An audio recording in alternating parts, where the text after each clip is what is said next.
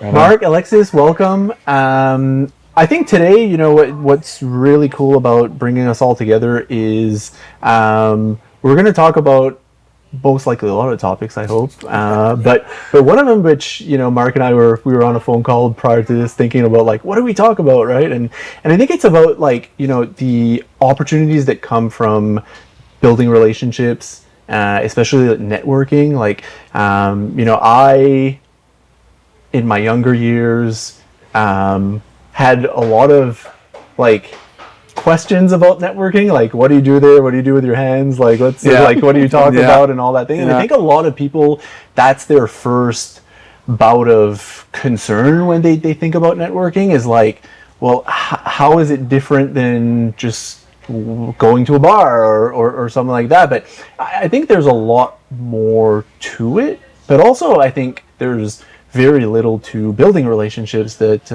it starts with just showing up and seeing how that goes. So before we really get into it, obviously, Marc, you're part of both of you you're a member of the Chamber of Commerce. Marc, you're director of membership and business support, right? What, like, in I guess you both have two different descriptions of it, one by being a member and one really participating in growing it and supporting it. How do you describe, like, what's the Chamber of Commerce?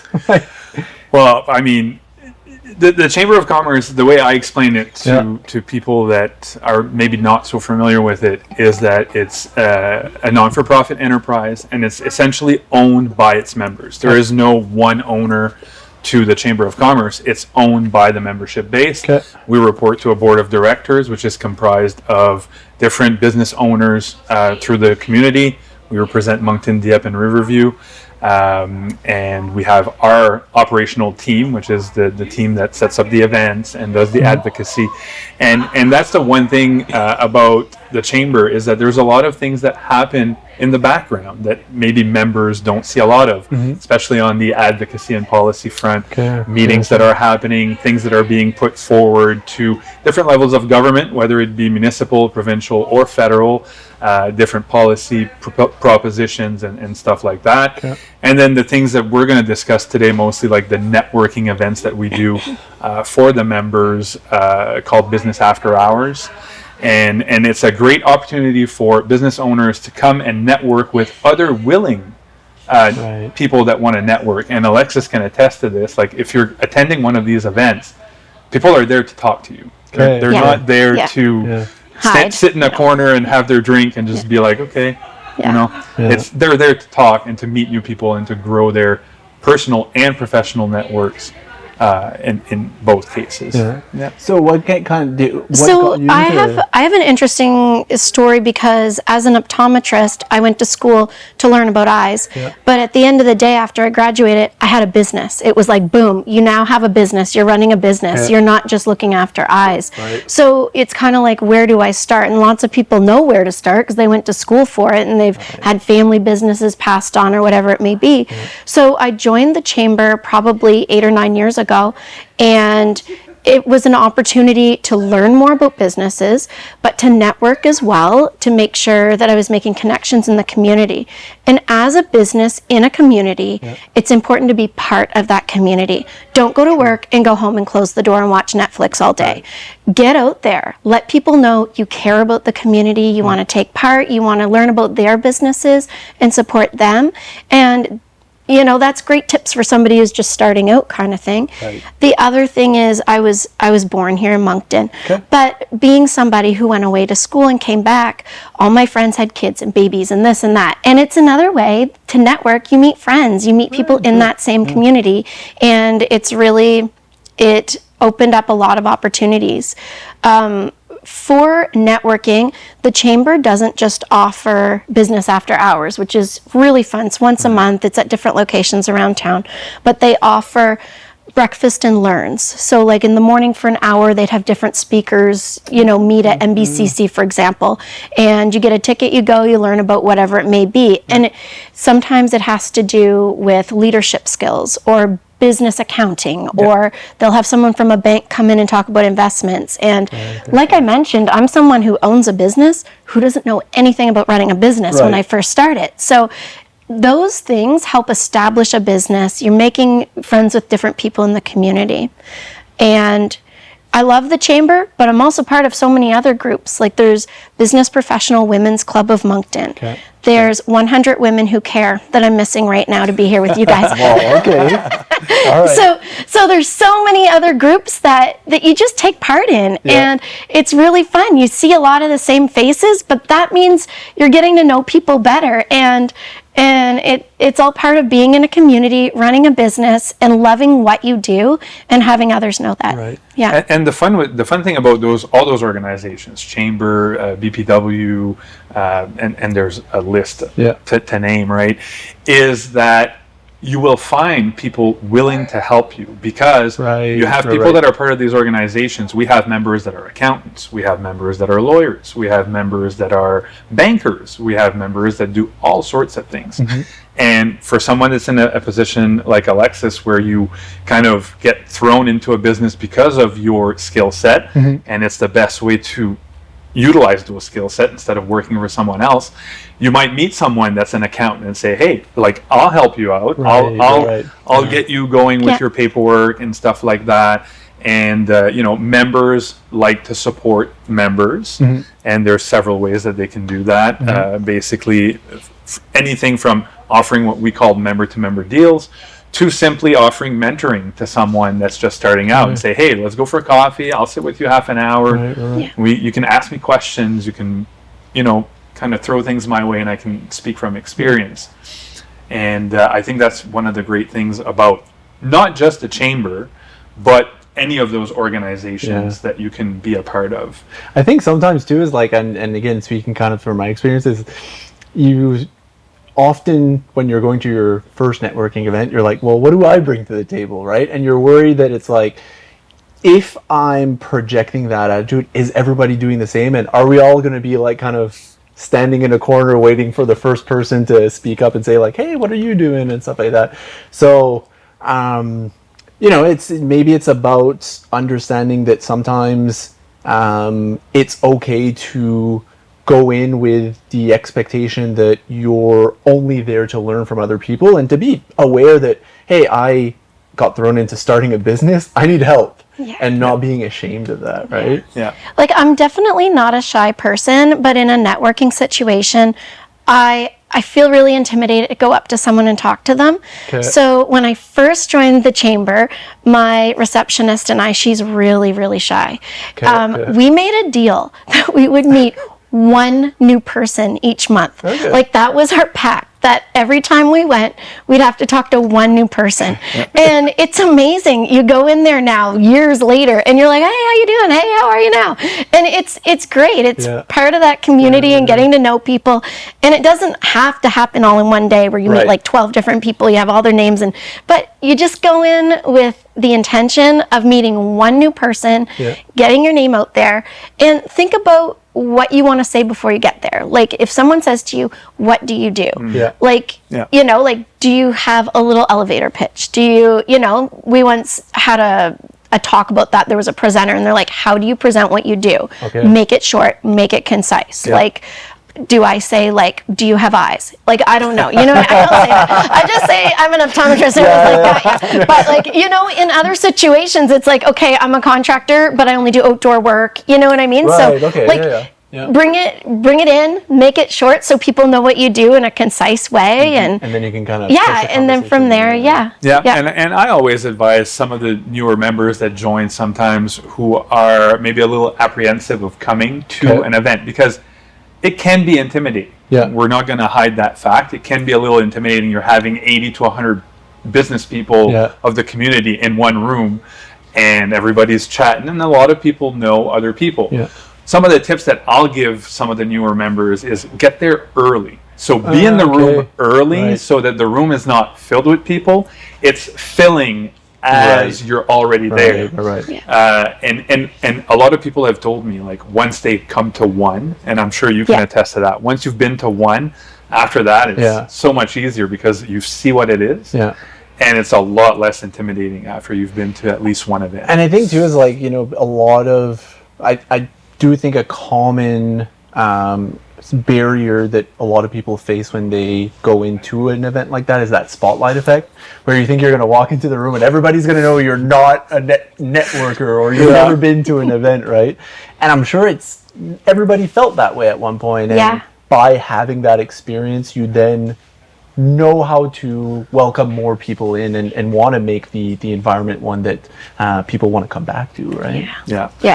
And I agree with the fast pitch that you talked about, saying just a quick way of introducing yourself, because you're not going to be talking to one person for 2 hours. Right. Yeah. The goal is to kind of walk around the room and talk to different people. So your conversations need to be short-ish, we'll say, but also purposeful. Right. In the what you present about yourself or about your business or about what you do. So that's kind of like the mentality that you have to go in, and you have to go in with an open mind. I'd say, just ready to bring a business card. When it comes to your experience with having been supported by the Chamber of Commerce, did you go in there with the mindset of, I need to find an accountant, I need to find a person that knows business insurance, I need to, how did that process go? I didn't, because I didn't know what I needed. Right. Like most people who have a business, I don't know where they're great. They're like, this is what I need. No, I was like, I didn't know what I didn't know, which is dangerous. But it all worked out, and they were there for support. And once I learned all these things, there were accountants available. There's insurance and companies available. There's so many things. So you kind of, as your business grows, as you learn more about that, and the chamber had great presentations. There were things for new business owners, things from the bank, things about getting a loan for a business. If you're a new business, you may not have a lot of money for startup, but you need certain equipment. So they're there to support that, to set you up with the right people. And we don't, the chamber itself doesn't do any type of financing assistance, but we have we'll say the colleagues or the contacts that may be able to offer guidance. So we work closely with the Regional Service Commission, Economic Development Department, ONB, BDC. As a matter of fact, at one of the Distinguished Speaker Series, we had Isabelle Hudon, who's the President and CEO of the BDC. And she gave a good talk about, funding and how to start, where to go when you want to get going.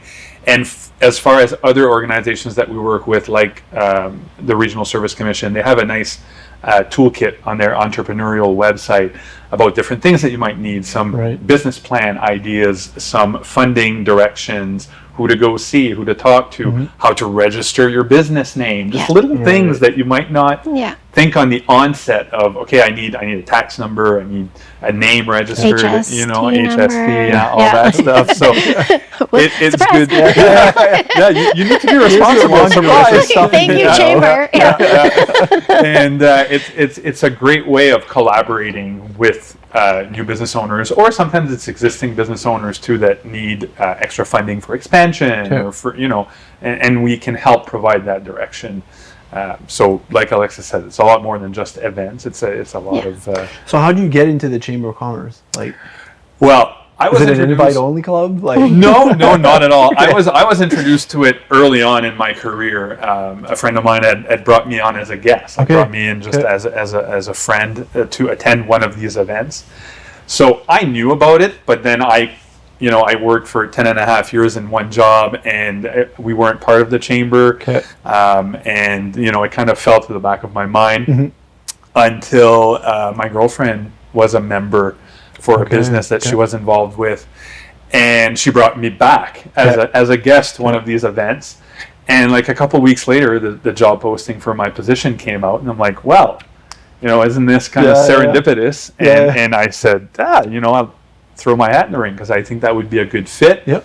And this is how I came in the position. Now, as far as your question, is it an invite-only club? No, anybody can join. And you don't have to be a member to attend some of the events that we're talking about. So you can just come to the event, see what you think, meet lots of people. And one of the examples was, there was a monthly meet and greet at the aviation school out by the airport. And so we got to try out and fly the simulated airplanes. I thought you were going to say a real airplane. I was like, it looked no, just they like won't. it though. Yeah. It was really cool. Yeah. But there's a lineup of people waiting, so you're chatting with everybody in the line, just naturally, like organically. You're not forcing yourself to be like, "Hi, I'm so and so," and it's awkward. Like you're just standing in line, chatting with people from around town, and like it's a really nice atmosphere. And I've always like, you know, and I'm not sure if they still the Hub City Young Professionals. I don't know if they're still doing that. I think they dissolved. I think so, because I haven't heard in the last year much about that name. But they Since- used because to, of COVID, I remember, because they would ask us for feedback, and those are what my first experiences was. I always said the ones where you have an activity are the ones that are the best, because it becomes so much more of an organic experience versus like the ones that I would say are the not more difficult, but kind of the ones that you seem like you're just at a bar. Those ones are the tough ones, because it does just feel like you're like You're at a speed bar, dating almost, Yeah, right? We should bring Hub City back for sure. Yeah, that was fun. And like we just said, like you don't need any special password or any invites or anything. No, everyone's welcome. And you can attend, like let's say you consider joining and you say, well, I want to see one of these events first. You're able to attend a business after hours as what we call a future member.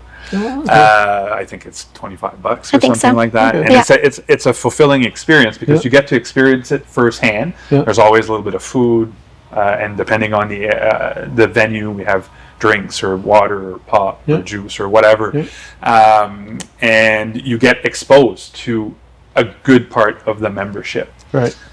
So it's a good way to get like your feet wet and see if it's the right fit for you, because let's face it, it might not be the right fit for everybody, Right. but it could also be that in your business, certain events, and you can attest to this too, certain events might not be for you, but could be beneficial to someone in your business, someone else, one of your employees or something like that, because the membership doesn't belong to one person, it's the company, To the business. it's the business, right? So if you own a business and you're a member, and anyone from the business can go. Anyone from the business can go as an attendee, as a representative of the membership. Now, in terms of like when you're, selecting either the venues or even the speakers, like what strategy goes into doing something like that? Because, I mean, I'm sure that with all the events you've been to, you probably can say, oh, these ones are really good. These ones I didn't see much value. There's kind of... It depends, and it's quite interesting. Some of the speakers are people who are, let's say, political leaders who happen to be in town for something else. The chamber will get wind of that and contact them and have them present. So they might do a luncheon with someone from Ottawa who flew in, from a certain political party to talk about what their plans are in the coming election. Or so it doesn't have to be something that's planned far out. Sometimes it's events that are planned around what's happening locally, a situation. So when we're talking about fun events and presentations and stuff like that, there's another part of the chamber that's pretty cool. If you have a business, they do business awards. So there's awards for businesses that are within 5 years of being started, long time being started, innovative products. So once a year, diversity and inclusion. So there is an award ceremony. There's another award ceremony for business members who are under the age of 40. So there's top also 20 under 40. top 20 under 40. So it's not just get-togethers. There's also really fun different fun awards. ways to recognize the business community. And actually, we are in the preparation phase right now of the Business Excellence Awards, which will be in October. And that's a gala evening. So we're at the Delta, everybody's fancy dressed up, tables everywhere, and 4-course meal or whatever it ends up being. And it's a night of recognition. And even just to be nominated as a finalist for the Business Excellence Award, whether you win or not, should be considered a great honor. Same thing with the top 20 under 40. There's 40 nominations that get put forward. There's only 20 that are going to be recognized as top 20 under 40. But even being in that bracket of 40 nominees, it's a big a big It deal. is. Yeah. So what kind of process do you do, like for your awards and all that? Is there like a committee that selects them, or is there a nomination process? There's How a does panel of judges. Yeah. Okay. Yeah. So it opens it. We start by opening up to the community of, say, if you want to nominate someone, you can. Okay. And then we'd approach that person and say, hey, you've been nominated. Okay. Would you like to put in a submission for your Okay. nomination? Okay. And then, like Alexis said, there's independent panels of judges. So as staff members of the chamber, we don't have a vote. We don't have a say. It's totally Okay. independent. We just put on the event. Okay. And Yeah. they go through the submissions and all that process, and then they determine who the recipients will be. Okay. And as far as what you asked earlier about what strategy we use for venues and stuff like that, Yeah. a lot of the times the venues, they come to us. They're interested in hosting, and they're usually all members. They'll come to us and say, can we host one? Could we do that? And then we just go and see their venue and see if Find out how many people can attend the event. we need to watch out for capacity and maximum. How many members do you have right now? We're just over 950. Holy shit. Yeah. So close. So close to the I'm 1,000. aiming for that 1,000 mark, and the funny thing is about that too. When Alexis was mentioning earlier about small businesses and starting businesses and stuff like that, if you look at the segmentation of the membership of the chamber, there's a misconception that the chamber is for the big guys, for the Irvings, and for the cities, and for the municipalities. The title has something to it too, Right, right. And the reason for that is because those members are the sponsors, right? Okay. Their names are all over events. They're presenting sponsors. They're whole sponsors at golf tournaments, stuff like that. But if you look at the segmentation, almost 50% of that 950 plus members are less than 10 employees. Okay. So they're in fact not huge. They're businesses like Alexis. Yeah. Small businesses, 1, 2, 3 employees, solo entrepreneurs. That's who the chamber can support the most. Yeah. It's those smaller businesses, and it's a lot of the segmentation, which is interesting to know, because then you don't end up thinking, oh, it's only for the big guns. Yeah. Because almost more than half of the membership is small, medium business. Okay. So that's something that, it's easy to mistake it because you see all the big names on the sponsor cards. But if you look at the core number and the segregation of the membership, it's mostly small, medium businesses. I'm just going to kind of pause. Do you have a mic on? Yeah. Oh, okay. Sorry. I was just like Edit that part out. That's I am loud when I talk, though. I was a teacher before I was an optometrist. I know how to project. But cool. No, that's good, because I mean, that's also, I think, from the outside looking in, you almost think like, is it like a big boy and big girls club, right? The other thing, I was speaking with someone today and about the chamber, and they said, well, I'd love to join, but my business is in Riverview. I'm like, that's perfect. It's Greater Moncton. Right. I'm like, Riverview, Dieppe, Moncton, Greater Moncton. So, yeah. So as a as a small business owner, what do you think is the part that they would benefit the most? Obviously, the networking part and meeting people is good there, but is there more to it than just those networking events for a small business owner that's looking to enter into the business community? There's definitely more ways to get involved. Yeah. So when you're a member of the chamber, there's different avenues. So we have broadcasted newsletters. Okay. We have the options for paid advertisement. Okay. And also, I can count many times where I've received an email of people saying like, hey, I'm looking for an accountant. Can you help me out? Mm-hmm. And I'll give them a few names of some of our members. Say, hey, here's, a couple of person that you can reach out to and see if they can help you. But there's also ways to get involved in committees. We have many committees that we do. So we have a membership committee. There's an events committee. So those are some of the members that get together along with board members and other staff members to decide the types of events that we're going to do and what we're going to do moving forward and how we're going to formulate them. There's a advocacy committee for all the policy and advocacy stuff that the chamber does. and there is a governance and then an executive committee as well. So there's different ways to get involved. I think you've been on some of the I'm on the committees, events you're on the committee, event. yeah. There you go. Yeah. So you So can there's an speak on- upcoming golf tournament coming up soon, so Where are you that's doing really that? fun. It kind of rotates around different areas. Yeah. This year it's at the Moncton Golf Club over in Riverview. Yeah. And there's the Business Excellence Awards coming up in October.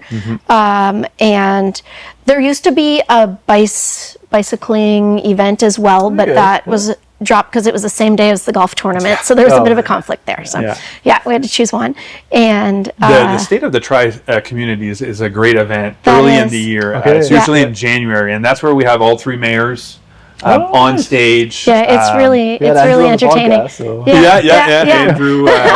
Andrew loves to do he loved the it. State of the Tri Communities, and it's a relaxed fireside chat, usually with our CEO. Cool. They get asked questions and they get to give the state of the Tri Communities as it stands right now and some of the plans upcoming, and then we often will open up for a few questions from the floor, to keep them honest. There's No, I'm kidding. also usually an annual trip planned. This year it's to Peru. Peru, So you get really good pricing for that trip, and it's completely organized through the chamber. And And is it like I guess kind of a retreat, or like what do you like? it's a tourism fun thing, Nice. but some of it is included with local businesses there, so that if you are doing Nice.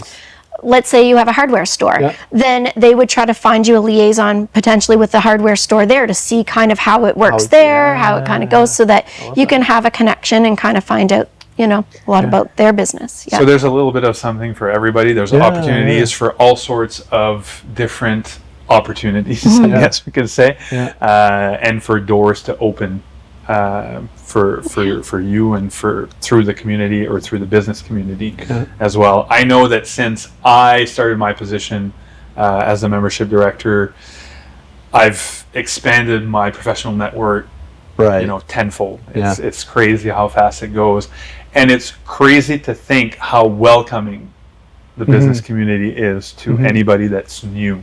And anybody that's been attending events for a long time will tell you, we love to see new faces. Right. So when new people come to the events, everybody's excited because we've never seen these people, and it's a really good way to connect. The events are Do fun. you in terms of any involvement with the younger generation? Is there anything that the Chamber of Commerce is doing currently that? Well, we've got the top 20 under 40 as well, which gives really good recognition to their businesses that are new and what they're doing. There are some scholarships every year Nice. for post-secondary students that they can apply for. We also have a Summer summer jobs. student. Summer Exactly. students. Every year we have at least 1 or 2 summer students that get to work with us from the beginning of June until the next couple of weeks. They're end of August, beginning of September, when school starts again. So there are those opportunities for the younger generations to do that. And we also work closely with some of the post-secondary educations like Olton College, Crandall University, Université de Moncton, NBCC, through the NBCC. NBCC is a big one too. And CCNB, the French version, obviously. And we do have the FutureLink program, which is a program that pairs students to kind of, what would you call it? A kind of an internship with different businesses. So if they're in accounting or stuff like that, the liaison is through nice. that program called FutureLink. And on the completely opposite spectrum of that, there is a program that we administer in collaboration with Working NB, which is the retiree agency. So for people that are retired but looking to kind of dip their toes back into the workforce, but maybe not necessarily on a full-time basis.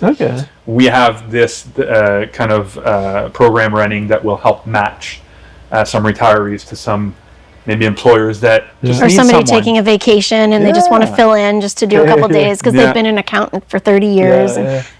So there's, I guess we could say there's opportunities across the line from youth to post-retirement and all the way in between, right? So. Now, in terms of just the state of affairs in Moncton, and you've started a business, you've been involved with the community, you've got projects on your own that constitute, business, a business on its own. How would you rate starting a business in Moncton? Is it easy? Is it difficult? Like, I'll let you start with that one. Yeah. I think it depends on what you're doing, maybe, right? Yeah. For myself, any business is personal. Like, you've started it yourself, and your whole heart and soul goes into it. I know for myself, I start it from the very beginning. Okay. Like, no patients, file number 1, Okay. patient number 1. And, for that first year of establishing a business, it was difficult. Okay. You need to get out there. You need to work hours you don't want to work. You're working evenings, you're working weekends, you're sacrificing holidays to make sure, that you're there and you're on. Yep. You don't make much money during that first year. Okay. I hired my sister to be my employee because The first year or two, yeah. exactly. Yeah. She was willing to take a pay cut to help out her big sister. Okay. So like when you start a business, it's a really big deal. Yeah. It's your heart and soul. So, I have to thank this community, and that's why I love doing community events. Right. They are the backbone of my business, of any business. Okay. So, don't go home, don't close the door at the end of the day.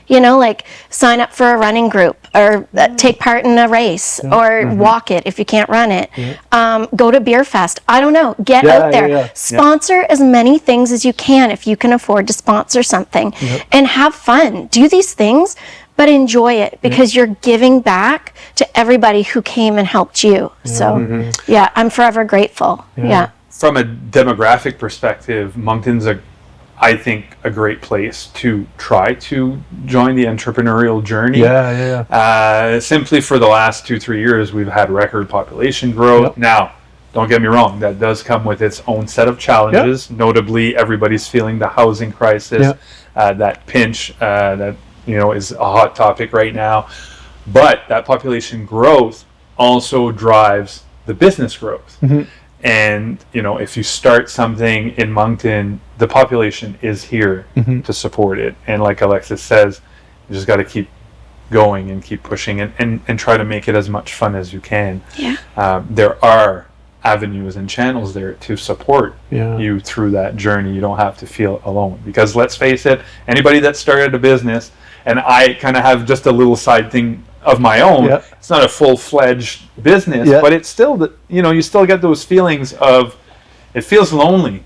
It feels like, I'm sure you felt that too at the beginning, like it's all on you, it's all on your shoulders. Like there's nobody you can turn to and say, well, it's your fault. No, you have it's to point on the you. mirror, and it's on you, right? So there's a lot of accountability there, and just to make it fun would probably be the best route to take. And seek positive. help. Seek help if you need it.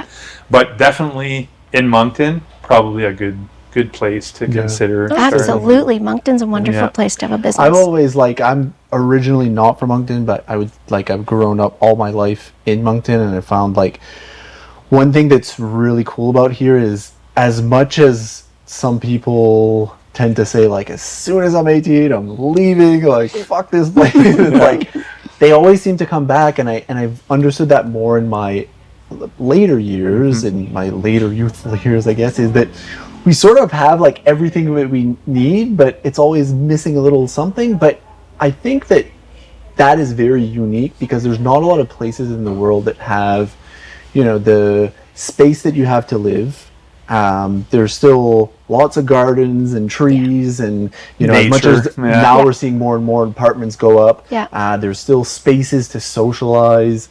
More and more restaurants popping up, breweries are popping up. The community, the bilingualism, I think, helps in a way to create that diversity, which is really nice. And I think that's funny that you should mention that about the breweries and the different types of entertainment that's coming to Moncton, because I remember in my younger time being here, when I first moved here at 20 some years old, 20 I think, because it's been since 2001.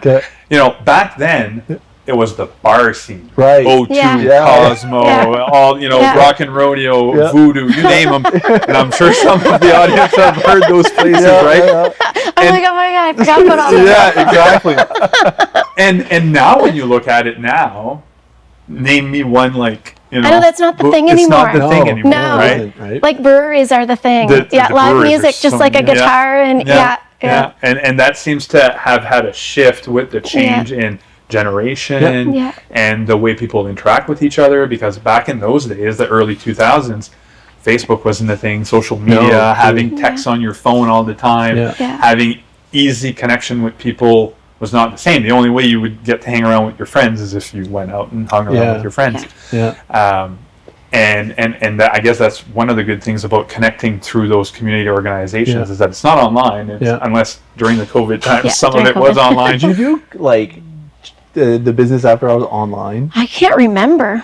I wasn't part of the team then. I know I definitely attended social events during COVID. Yeah. I don't know if it was a chamber event, but they had us do breakout rooms where they'd take like 30 people and they're like, okay, here's 5 people who want you to discuss this topic or whatever it might be. So I can't remember. Yeah, that might have been chamber. Some of the things that I know that they did before my time was a lot of webinars. So they would get industry the experts. education speakers. Yeah, those were to good. broadcast a webinar, and people could join in and ask questions, and so it was a way of keeping community connected.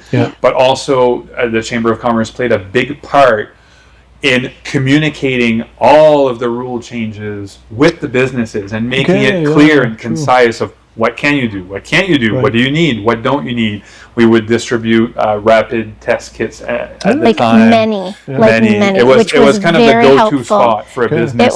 It was wonderful to have that. You had a available. business and you needed like 5 boxes of rapid tests. You can come to the chamber and you just call them. Now that's been discontinued, obviously, as everything else with that era, we'll call it.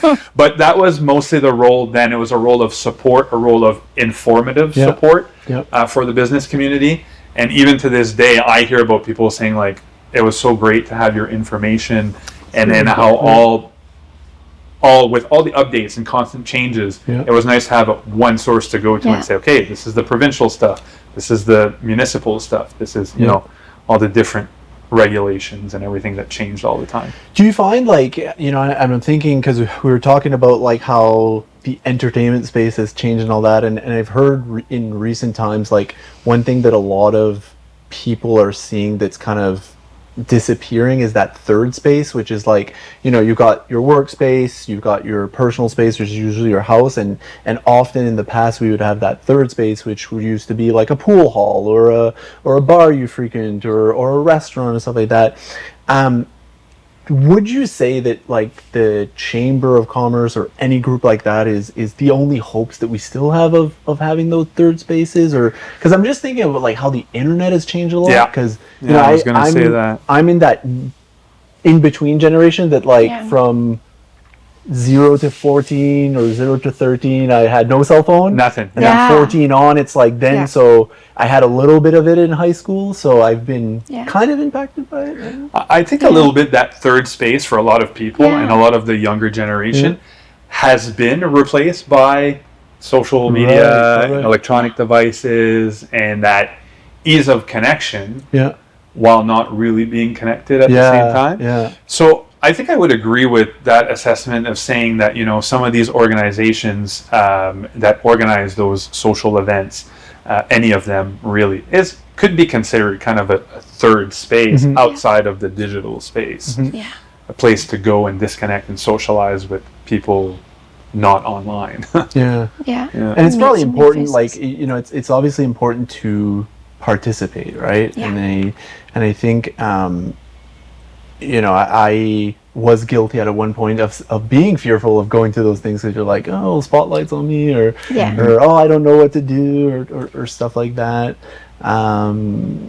It's I think it makes more sense if we all kind of come together and all participate in those things. Have you seen like have you seen people just really more excited since COVID is done to kind of get back into those spaces there?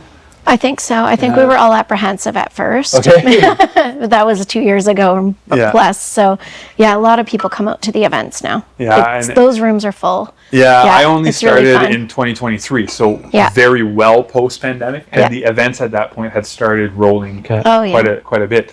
So you're And they probably sell in a out better quickly. Yeah. And by sell out, like it doesn't cost anything if you want to go as a member. But it's very space limiting. So I remember there was an event at Palette, and they're like, we can only take 50 people unless it's sunny, and they can go outside. Now we can take 150 people or something like that. So we're like, all right, we've got our list and the wait list, and it was weather dependent. So and it's a fun. lot of the times it's like that because Yeah, we that's have a right. max of the venue, and we have to respect that. So it's first come, first serve, and we always advise people, like, if you want to come, sign up as soon as we put it out there. Sign up, and when we put it out there through newsletters, social media, any other avenues that you can think of. You will know that it's happening if you're looking at the right spot, I guess. So, for example, the first week of September, the next event is going to be at the Bunker. Okay. Nice. And Cool. so. Me and John actually did a shoot there. No way. I still get like people come out, they're like, oh, you're into bunker people. I think I signed up. I put myself and my receptionist, but I'm in Texas next week, so I won't be able to be there. Okay. So I know. Make sure you put 2 more tickets back up. I'll make sure to thank you. Texas sounds fun, though. Oh, it's Texas, great. Yeah, Texas, yeah. That'll be fun. Too bad you're missing it to go to Texas. So. Don't feel sorry. That's actually at that event where we will be unveiling the finalists for the Business Excellence Awards. Oh, That will nice. be in October. I haven't been there. I went in one night and it was so busy, and I'm like, oh, never mind. I'll come back cool. another time. It's a good spot. I really want to go. Yeah, It's a good blend of like, you're mixing that, like going to a golf simulator can be a really fun experience. It's never like being on the golf course, but couple that with a place where you've got people around and all that, so you can kind of break off from the simulator and That's cool. and chat and all That that. could So- become And they your have third. food, That too. could become your third place, right? Your Yeah, third yeah. space. There you go. Yeah. Let's go hit some balls in the simulators for sure. Yeah. So I mean, other than your success story with being in the Sure, chamber, yeah. have you like over the years and in your participation that has seen like, oh, I remember this person come in and I've seen their business grow to like is there anything that comes up to your mind that? Yeah, there's people in my mind I can think of, and they do very well. Yeah, and they all start it. And when we all start, like, we're all kind of the same personality. Like, you're so kind of scared. You're kind of like walking on eggshells all the time. You're like, I don't know if I'm making the right decision. I don't know if I should be doing this. And then it's like, it's been 9 years or 8 years, and it's so nice to see people's restaurants just do so well and people's businesses do so well. And we all went through that hardship during COVID, and we all were there for each other because we met before, and we're all there for each other after. And and when you own a business in a community, you want to support local. You want to keep it here in town, like with business, with going to the market on a Saturday, with, I've given so many examples of just get out there and have fun and enjoy supporting each other. Well, and it hasn't aired yet, but John McNair, which will be on an episode that we're here, was saying that, something that I think people often forget, and the convenience of the Amazons and stuff like that have been great to a certain extent. It's Amazon isn't the company that's going to sponsor the local baseball team. No. Amazon isn't the company that's going to give a part-time job to the student that will eventually maybe become a business owner. And, Amazon isn't the company that is going to continue to reinvest that money in some way into the community. And as much as those companies are great and all that, it's like, Moncton or any city could be a very, very quiet place if you don't support those companies. Yeah, you gotta support the local business, and we're strong on that with member to member offerings and helping our members publish their businesses and do some publicities or whatever. And to your point that you were saying, like when you're in business, you're always criticizing yourself, and it's not just in business. I do a lot of creative work on my own time, on kind of on the side, and same with the creative work. You're your own worst critic. I look at a picture that I took and worked on and whatever, and someone might look at it and say, "Oh, that's a fantastic photo." And I'll look at it and be like, Yeah. maybe, You're looking at that one spot that nobody notices. It's like, I don't like, like it's blurred over there, and it's not, it's not perfect. So you're your own worst critic when you create. Yeah. But when you're opening a business or going into business for yourself, you're creating. Yeah. You're becoming the creator of something. So I think it's kind of normal that you're going to be your own worst critic. And then you hear outside sources tell you, you're doing great. This is fantastic. It's, and that, you get support. It eases that a little bit, because then you're like, okay, people are getting it. I'm critical of myself, but other people are seeing that my efforts are paying off. It definitely opens your eyes to a lot of things. Would you say that these were the positions that you thought you were going to be when you were younger? Where you're like, because I wanted to be when I was younger. I wanted to be a surgeon. Cool. And then I watched ER for the first time. I was like, Grey's Anatomy, whatever. I saw all the blood. But I think of there's like the firefighter, the doctor, the dentist, and stuff like that. Was that your calling? I really wanted to be an optometrist. Okay. I got my first pair of glasses in grade 6, and I couldn't see before that day that I went in for the exam. And when I got those glasses, I was like, wow, I want to be the person that does that. I've been missing out. Yeah. But life took a different path, and I became a teacher, and I taught middle school for a while. Okay. And after a while, I was like, you know what? I want to give it one more shot. Let's see if I get accepted. So I applied, and sure enough, they took me. So I did it, and I love it. Yeah. And I love my background. I think everything we do in life helps us and enriches what we do currently. So being a teacher helps me in my job now, because I'm constantly educating people about their eye health and about, overall wellness and health in general. Yeah. And I usually have an intern with me from University of Waterloo School of Optometry. So I get to teach them, and it makes it really, really worth it. Yep. So that kind of background is usable even in your second career. Totally. Yeah. And even now, I'm like, what do I want to do next? Like, that scares my parents when I say that. like, where's your next? Let's go. Yeah. But I was like, I think it'd be really fun to do a podcast. I would love to do a podcast. And then I got an email from you, and I was like, this is going to be a great opportunity. There you go. And I had a second opportunity to do a podcast as well that's coming up soon. So I was like, this is great.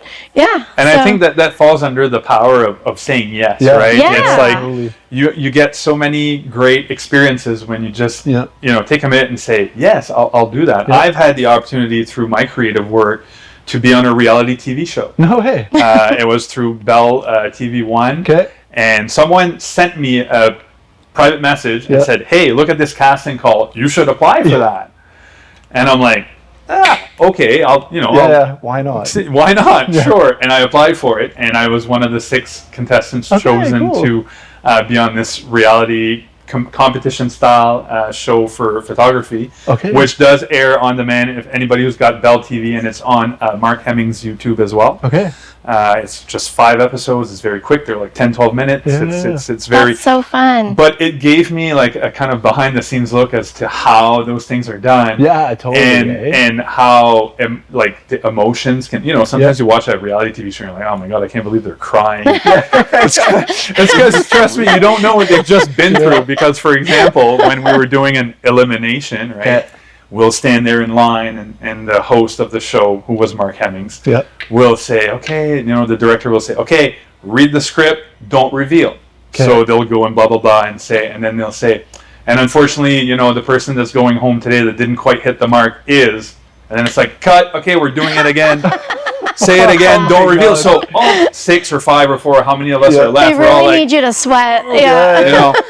And then they'll do that 3 or 4 times to get reactions and get different angles. And then the director will say, okay, do it again, but reveal this time. So then they're going to say a name, and you're hoping it's not your name. And then they'll say, okay, the person going home is, Alexis. Oh, and everybody's like, oh, shoot, no. And then they walk off, and it's like, cut. It's like, and then you're like, especially the first time, you're thinking, okay, we're done. And they're like, okay, let's do that again.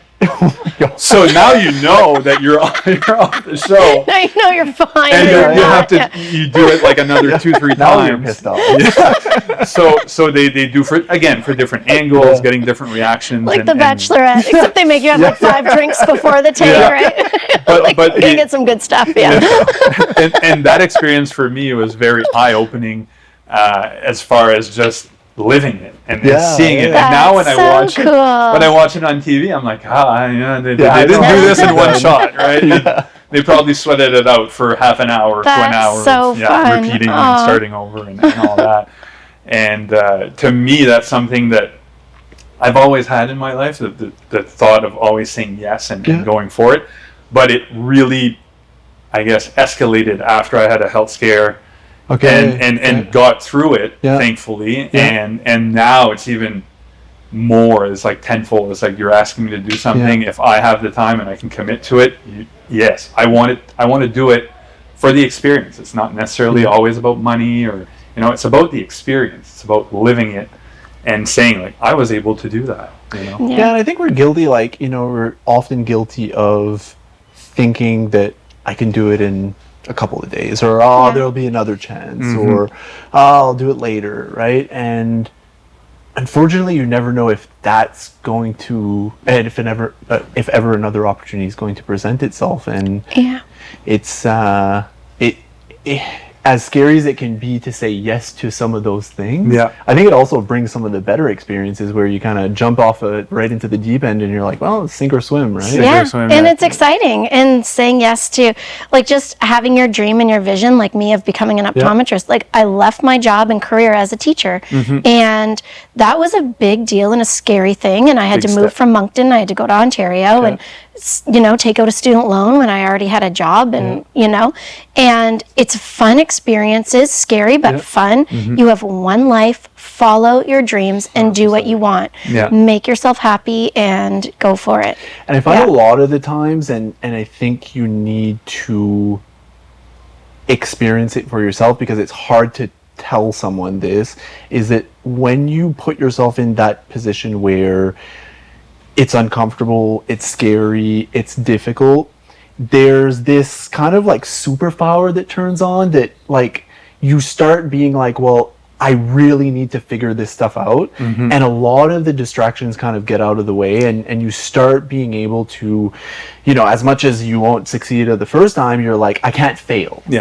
Right? And it pushes us like outside of that comfort zone and allows us to actually improve in parts of our life that I think oftentimes we would never discover if we would keep doing the same thing over and over, right? And the phrase you just used, you only have one life to live, like that resonates hard with you when you go through challenges and different aspects of your life.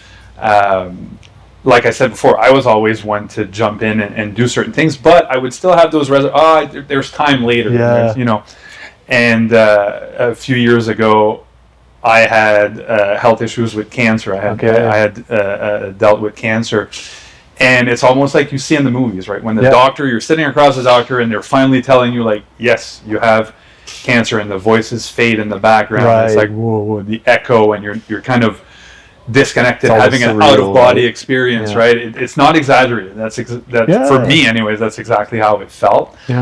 And then you go through all the process, right? The scans and the chemo and the surgeries and all that. To then maybe 6 months, a year. Some people it's longer. You get told, hey, guess what? You're in the clear. When you hear those words after that, anything that's presented to you, you want to like, yes, I'll do it, because you know your whole life that your time's limited. But when you face a scare, it kind of puts that back in the front of your mind and say, well, I shouldn't turn down any opportunities that I really want to explore. And I'm sure that was kind of a feeling for you too, when you went from teacher, I was like, oh, full I'm in career now. and everything. I'm all in. Like, there's no going back. So those things really wake you up to the opportunities that maybe in the past you said, like you said, when there's time, maybe in a couple of years I'll do it, maybe next month, or maybe next time it comes around. But what if there isn't a next time? You always think about that. And there's always going to be obstacles. Like if you have children, or you have parents who are ill, or there's always going to be something that's going to be holding you back from what you want to do. Sometimes you just have to do what you want to do, and you can still look after all the other aspects too. So, and in my experience, like, you know, a lot of the opportunities I've said, oh, I could do it later, I procrastinate or anything. I think what I was always scared of is that I wasn't going to do it right the first time, or wasn't going to be perfect. And there's a saying that goes that, you know, perfect is the enemy of doing good. And oftentimes it's not about doing it a 10 on 10. It's like 7 on 10 is good for this time, right? And by going through that process, then you do have the next shot at also doing an 8 on 10 or a 9 on 10 or a 10 on 10, or also learning, like, I don't want to do that again. or doing something and having it not work out. You're like, okay, so I'm not going to do it that way next time. You learn, no matter what. You learn. Yeah, You learn. You learn. Yeah. You know, I can think of another quick example for me. Like, I'm not hiding it. I'm deadly scared of heights. Like, I'm not good with heights. I am too, though. And I was offered to photograph an event called Over the Edge at the Assumption Building. That sounds like bad news. Right? So I said yes, obviously, because, you know, obviously. why not? And it was for a good cause, and it was, I think you know, say yes too much now. maybe. Good for you. But That's awesome. for that whole day, I was basically hanging over the side of the Assumption Building. That's such a good way to get over it. I did not get over it. Like, my palms are like climbing. I know, right? It was a long day, but it was so much fun, and the team that was there made it so easy. The Over the Edge team made it so easy to be comfortable with all the gear. Yeah. They explain to you how everything works. They show you, like, no matter what you do, even if you try to jump over, you can't. You're not going to reach. Like, it's going to stop you before. But things like that, like you said, maybe it's not going to be perfect the first time. Maybe it's not. You know what I mean? Like, do it. Just do it. Yeah. And it helps, like, in a situation like that, I think, and it's something that helps people get over fear. It convinces them to do something. It's when you get that reassurance from somebody else, or there's a group, or there's someone else that you see do it first, that really helps. And I think it kind of segues really well into what we've been talking about with the networking and all that, is that when you go to those events, there's other people in the room that have had the same challenges as you. And it's you must have seen how important it is to feel more comfortable with the uncertainty of, hey, someone else has started their own business and they're doing really good now. Right? Exactly. Yeah, and it takes passion. And like I've said, like, when it's your own business, it's very personal. Like, your blood, sweat, and tears goes into it. And you need to be passionate about it. You need to get out there, let people know about it, and meet other people, make connections. If you have questions like, this isn't working out for me, or how did you accomplish this in your business, there's people to talk to in the business community. And in the eye care community, not all my friends own their own business. So I needed something like the chamber to have those connections with new business owners that could supply that. And sometimes it's just about connecting with someone that has faced, maybe in the past, a challenge that you're facing, right? Yeah. And you can get that peer-to-peer mentorship of, how did you overcome that? Like, I'm strapped for cash flow. How did you overcome that? You mentioned to me in another conversation that a few years back, maybe you felt the pinch, you were strapped for or whatever. How did you overcome that? And you can get that mentorship, that peer-to-peer kind of, here are some tips on maybe how you can, or they ask the right questions. I remember one of the members said, what are your goals? Right. Like, what is it that do you think would help you the most? And they didn't tell me what that answer was, but they, just from like standing around having one of those little chats, and it's like, wow, I don't know, but I'm going to go home and think about that. That is a really good question that I need an answer to really start, my business the way it needs to project. Yeah. I would say, like, one thing that I often have, thought about, and it's, become more apparent by going to events like that, is, when you read a book, and especially the ones where, I'm interested in more of the business books and stuff like that, you are kind of reading into a conversation with the person of their experiences. And I think the networking events are like, they speed track that, because they're like, instead of having to read 300 pages, I can ask the question to get the answer to the experience that is the answer that I need to hear, right? Yeah. So Yeah, and I think a lot of those books are good to maybe help guide you maybe on, like, especially for entrepreneurs, right? You still have I've read to a lot of try those to, books. yeah, and you still have, and I'm sure you see that in your personal life as well. You have to balance work, life, you know, personal and business, because if you don't, chances are that you might burn out. So that's something that you really have to be conscious of when you're becoming an entrepreneur or starting a business, is that, okay, how do I go max out as much as I can without burning out, without burning myself out? And that would be important to have your work-life balance in that in order. That may not happen the first year of a business. There are exceptions. I was going to ask, like, have you ever been at that point where you're like, oh, this is maybe a little too much? Or did you feel that? Did you feel not at the very beginning? I was I was like, I need to find out what I need to do to build this business, to get busy, And that's the thing, right? You can get so hyper focused on your end goal that the little things don't. But eventually, some people will get to a point where they'll be like, okay, I need to take a break. And sometimes that's through delegation, like hiring your sister to help you with. So now we have, my sister's gone to medical school now, but I have 3 staff now. So, you know, that's how busy we are now, that we need 3 other people. So it's great. So it's really good. And we usually have an intern as well, which is 4, and myself is 5. So and you can just spread yourself so thin to a certain point where you're like, well, I'm not accomplishing anything more by putting more hours, right? There's kind of like that. And you have to start hiring out. Like, I've hired out for payroll. I've hired out for accounting. Like, I'm no longer doing that myself. And I love that, because now I can focus on the parts that I really enjoy about my business. And that could be something sometimes for new entrepreneurs. I've heard of tales of people telling me this, that, you know, you want to maintain control over all aspects of your business. But at a certain point, there are certain things, like you just gave the example of payroll and accounting and stuff, that you, at one point or another, you're going to have to say, okay, I have to take this off my table.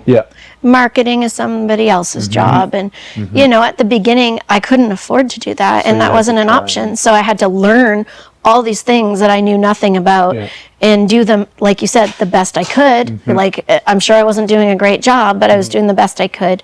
And, you know, with growth and with time, then I'm able to find these resources. And in my case, it was through the chamber. They had tons of different people who were members who were available to help other businesses. So, there's people to help you build a website. There's people to help you everything. with your social Like, media. you name it. All of it. Yeah, it's like you think instead of just going on Google, you could just join these groups here and do it. And see someone and meet them face to face. You're like, okay, I need your help. This is what's going on. And I think that's what, like, you know, it's the younger generation is going to do it even more, and our generation has done it as well. And every generation kind of relies on, okay, what's the quickest way that I can do that? But at the end of the day, like, we're always building relationships, and those face to faces, like, I've kind of always tried to figure out, like, am I more extroverted, introverted? And, you know, during COVID, like, the early times, you're like, oh, peace and quiet. I don't have to feel bad about staying home because I'm being cold.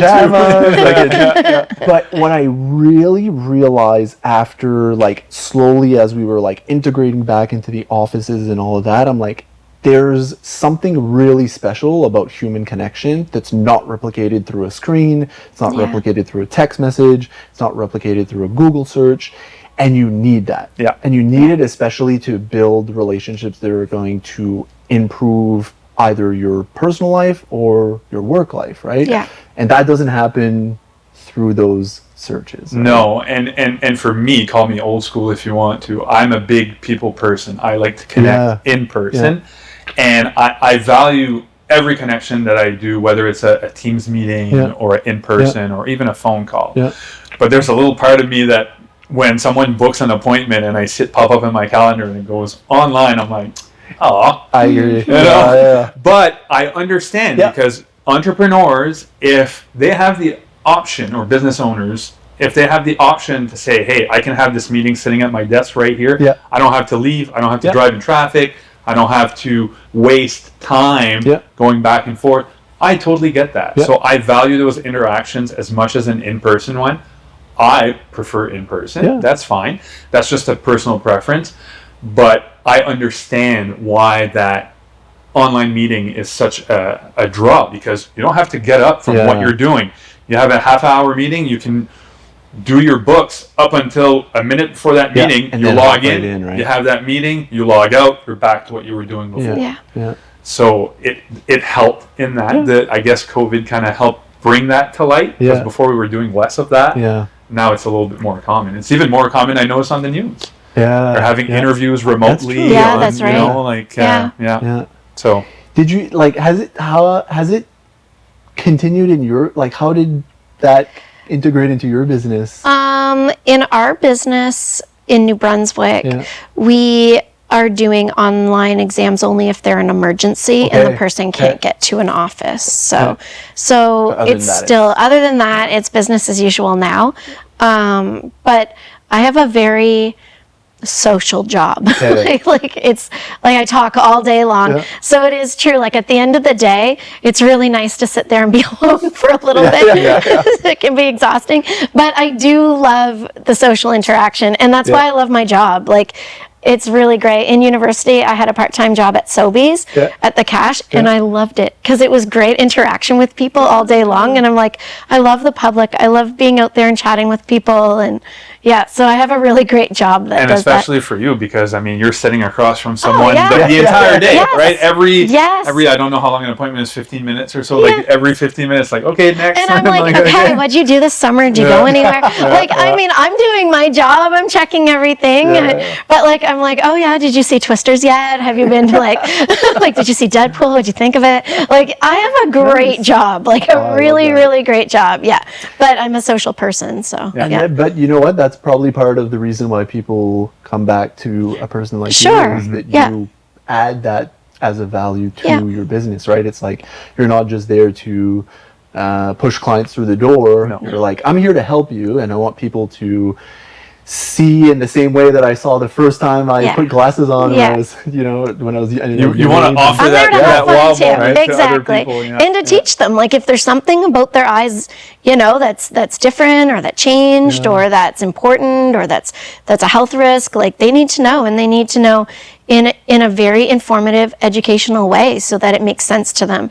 And I think that's why being a teacher is an important background to this job, so that I can speak in clear layman's terms to explain to someone what I'm finding and what's going on. So, and you've actually educated me to the fact that I'm soon to need readers. So sorry. Not to date myself, but I'm a glasser too. Just So it's. I always finish the episode with one question, and it's one that we try to not make it like an ageism thing, but our hope is that that it might inspire. We always think of the younger generation because I think that they're our next crop of leaders, and they might be the next optometrist or member of the Chamber of Commerce or professional yapper like myself. Content creator extraordinaire. The question is a pretty simple one, and it's if you were to go back and be put in front of your younger self, what advice would you give that? Don't ever give up on your dreams. Like, if there's something you feel in your heart that you've always wanted to do, never give up on that, because you can make it happen. If you have passion, if you have a loan from a bank because you want to start a business and you don't have money, there's a lot of funding, there's a lot of grants you can get. Don't give up on a dream. I echo that, and I would also say, don't be afraid of failures, because failure or failures is a very negative word. But if you take that and say, look at a failure as a learning moment, as a lesson, as an opportunity to learn something, because that's what it is, right? It's just an opportunity for you to learn and to not make that same mistake that caused the failure in the first place. So I guess my advice would just be, don't be afraid to try, even if it doesn't work out, and keep going, push for what you want, and success will come. It's like I've had a long career in sales focus and sales oriented jobs. And in life in general, not just in sales, there are going to be a lot more no's than there's going to be yeses, from funding to bank loans to mortgages. There's going to be a lot more no's than yeses. If you look at it in the perspective of a no is simply a step towards a yes, that would be my kind of, take any no's you get as just one more step closer to a yes. Or failures or rejections. And once you get it, it makes it so much more worth it. Like if I had applied for optometry school and gotten in 2003, would I love the job as much as I do now and appreciate it? And probably not. But I didn't, and I did education because I didn't get to optometry, and I got all those years of teaching and all that life experience, and then I went back and did it and got it. Like, I appreciate every day of my life. So, and it's funny because before we went on air, we were having this conversation about we are the same generation, all of us the same generation that were kind of pushed into post-secondary. And I feel like the way things are shifting right now, the younger generation should really consider looking at, maybe I graduate high school and maybe I get a couple years of life experience. Maybe I go work, maybe I go travel a little bit, get a little bit more, find out who you are. And what do you like? What do you like? And then after that, having that little bit of life experience, you might say, okay, well, I've always wanted to be a teacher, but through some of the experiences that I've had, that's not really the approach I want now. Maybe you want to be a tourist guide. Maybe you want to be, an optometrist.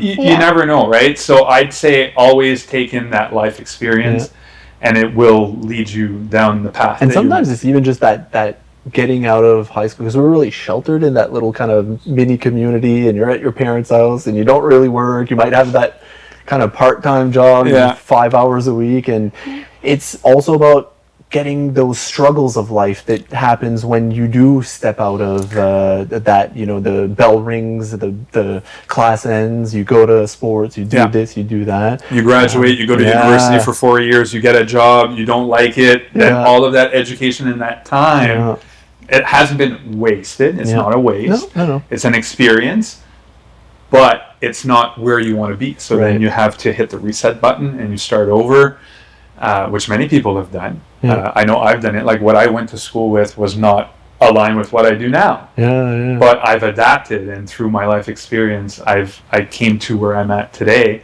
by not giving up and just keep going. So that life experience piece is very important for any part of your career journey or entrepreneurial journey. I think on both sides it equates to the same. So what did you want to be? We're asking the host a question. I wanted now. to be a surgeon. Oh, right? That's right, a surgeon. I was like, wait a second. No, but you know what? And it's funny because I think at that point, I didn't know what I wanted to become after that. And that's, I think, to your point when you say, like, the life experience part coming out of high school is very important for anybody to consider, because it's like, just because you don't know what you want to become at any age doesn't mean you can't become something. No, exactly. And it's by giving yourself those opportunities to try things. And it's not about, like, I think a lot of people look at their circumstances and think, I need to bat at 1,000%. I need the 1,000% average. I can't miss anything.